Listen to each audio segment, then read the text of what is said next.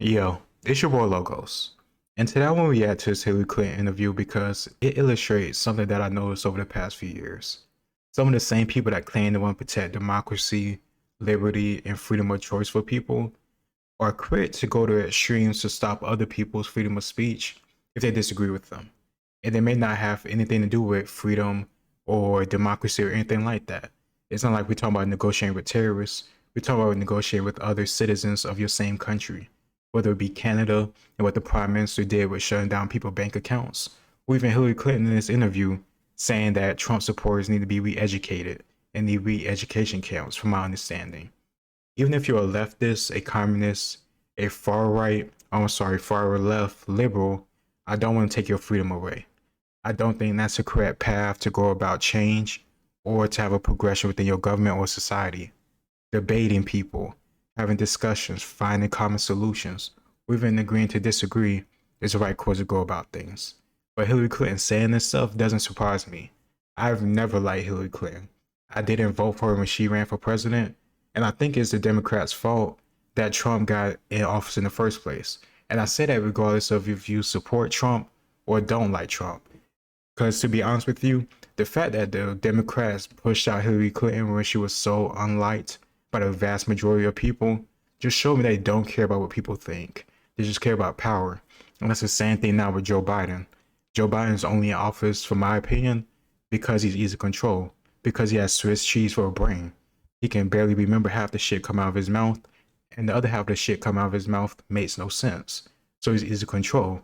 So this whole idea that Hillary Clinton wanted to, I don't know, try to add some type of martyr or savior for democracy is bullshit. She's corrupt just like her husband. We know about Epstein Island, his ties to it. So we don't buy any of the stuff that she says.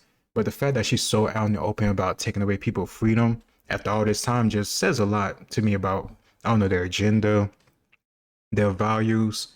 And as much as they say they care about freedom, America, democracy, they don't. They just care about power, and you agree with them no matter what you say. Joe Biden said if you don't vote for him, if you don't vote for him, you're not black. So I guess I'm not black. I'm something in between now. Because I would never vote for that piece of shit. Same I won't vote for this woman right here. Or this little female devil. Whatever you want to call her. But either way, I want to get into this and see what she got to say. I know it's going to be, I don't know, just more exposed enough. She just really don't care anymore. Most of these politicians don't care. We saw that during the pandemic. While we was locked up inside, losing our jobs and businesses, they was having parties and stuff. They was making jokes about wearing masks. So they're all full of shit.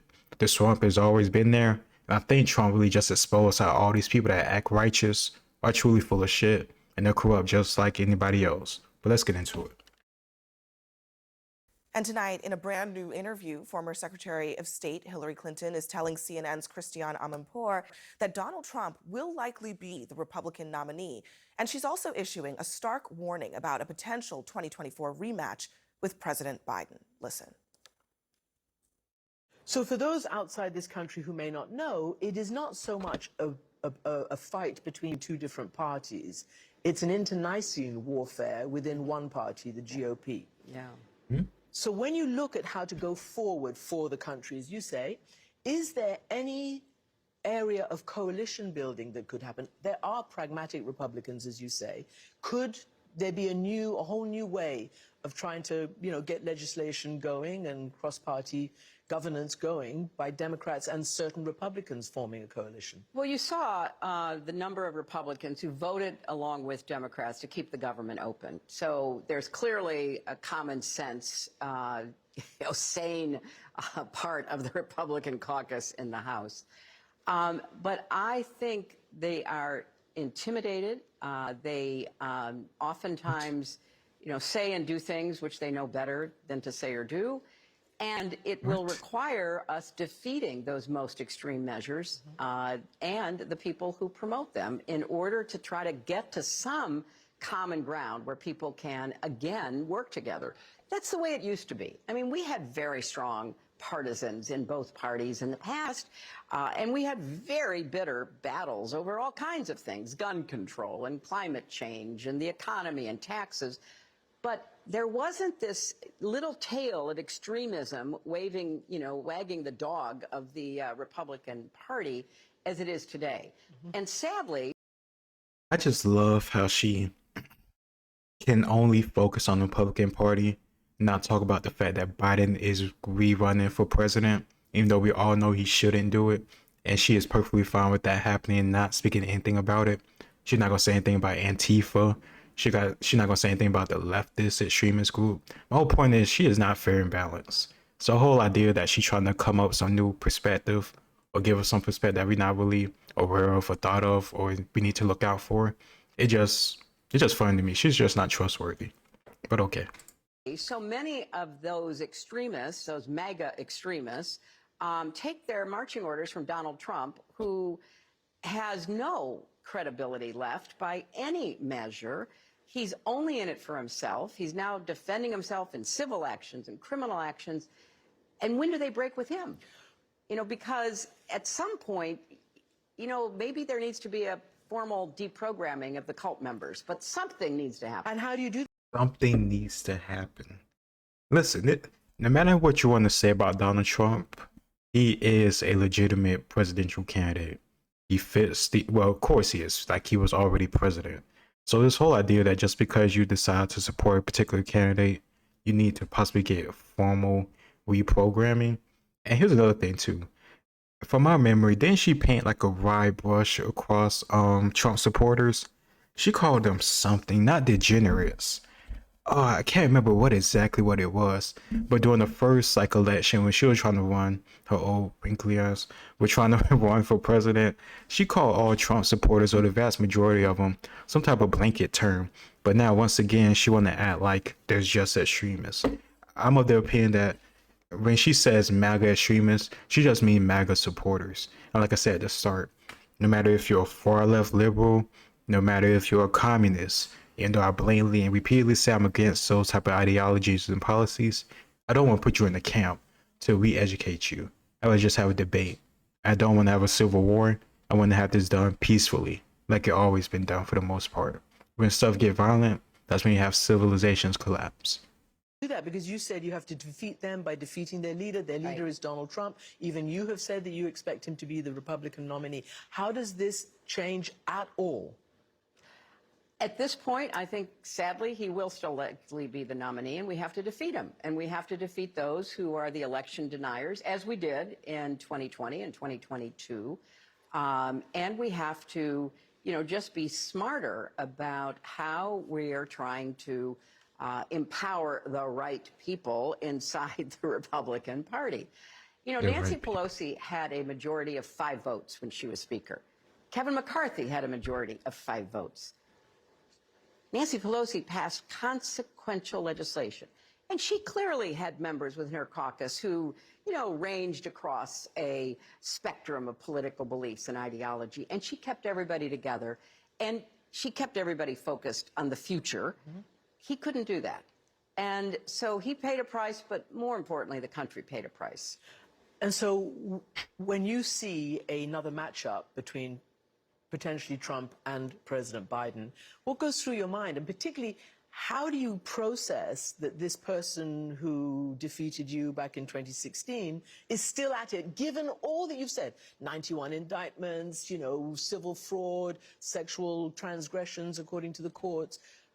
How is this still happening? It's the classic tale of an authoritarian populist who really has a grip on the emotional, psychological needs and desires of a portion of the population. And the base of the Republican Party, for whatever combination of reasons, and it is emotional and psychological. It's just funny to me because she keeps putting the blame on other people outside of the Democratic Party. Why not just come up with a better candidate? You know, if you just come up with a candidate that's not corrupt, that is not 80-something years old, and I think had open brain surgery a few years ago, I think Joe Biden did.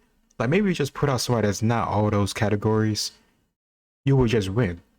Maybe you just not be so corrupt and focus on yourself and the people that lobby to you and the corporations that pay you out. Because we know Nancy Pelosi made hundreds of millions of dollars in her tenure as a senator because of, you know, government contracts and just, you know, coincidentally good deals and good investments while working on committees. maybe you just stop doing that stuff. People will vote for you. Maybe if you just didn't roll out Joe Biden again, people will vote for you. And you roll out Joe Biden again with the economy being down, inflation, him making all these dumbass decisions and policies. What if you just didn't do that? Maybe then you could win. But no, it's nobody else's fault besides other people that don't want to vote for us or people that support Trump. Maybe if you just looked in the mirror and said, hey, maybe these people are supporting Trump not because they're racist or any other stuff you want to dismiss them with, maybe because certain policies or stuff you stand by, those people agree with it. And maybe certain things economically that benefit them, that they was living a much better life before when Trump was in office, that's why they want him back. Maybe it's some stuff we can do to win and not just blame other people for our problems. Because I don't get that either. You can't force these people to vote for you and then say you need to deprogram them. They're definitely not going to vote for you now. This is why they lose. And this is why I don't feel bad for them when they lose. I only feel bad for the country because they care more about power than actually doing something. Logical. Sees in him someone who speaks for them. And they are determined that they will continue to vote for him, attend his rallies, wear his merchandise, because for whatever reason, he and his very negative, nasty form of politics resonates with them. Maybe they don't like migrants. Maybe they don't like gay people or black people or the woman who got the promotion at work they didn't get. Whatever the reason. They do it. There she goes doing it again. She always has to play the race or some type of group instead of just thinking about how can I make the citizens of this country lives better? No matter if you're black, white, Spanish, or any other race, I'm pretty sure inflation hits you pretty damn hard, no matter what the color of your skin is. Maybe that type of stuff is what more on people's mind compared to all the stuff you want to focus on. And once again, it's always something wrong with somebody else, not with what we're doing. She can't even, because why did you lose, Hillary? Think about that. It's not just about he had a cult or anything like that. Okay, if he had this cult, why couldn't you come up with your own equal or greater, more powerful cult, quote unquote, to support you if you were so great? That's what I don't understand. It's so focused on what's wrong with everybody else, but nothing wrong with internally. Why you lost and why people continue to support him and why nobody gives a shit about you. Why nobody asked or claimed or clamored for you to run for what, fourth term or fifth attempt to be president? Nobody gives a shit. Here's another thing. She made that little comment about women, but nobody is really pushing for her or anybody else to be the first female president in this election. Do I just roll out Biden again? I wonder why. People are gullible and he's easily controllable. And, Make America Great Again was a bid for nostalgia, to return to a place where, people could be in charge of their lives, feel empowered, say what they want, insult whoever came in their way. And that was really attractive to a significant portion of the Republican base. So it is like a cult. And somebody has to break the, break that momentum.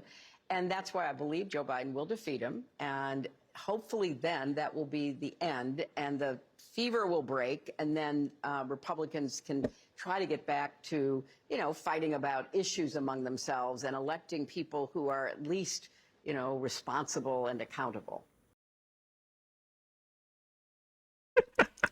Yeah, look at that boy. She full of shit. Respectable and accountable. Really, as if up until Trump came along, everybody in government was respectable and accountable. Just the same way you was respectable and accountable at Benghazi or any other things you screwed up or accidentally screwed up. Like, come on.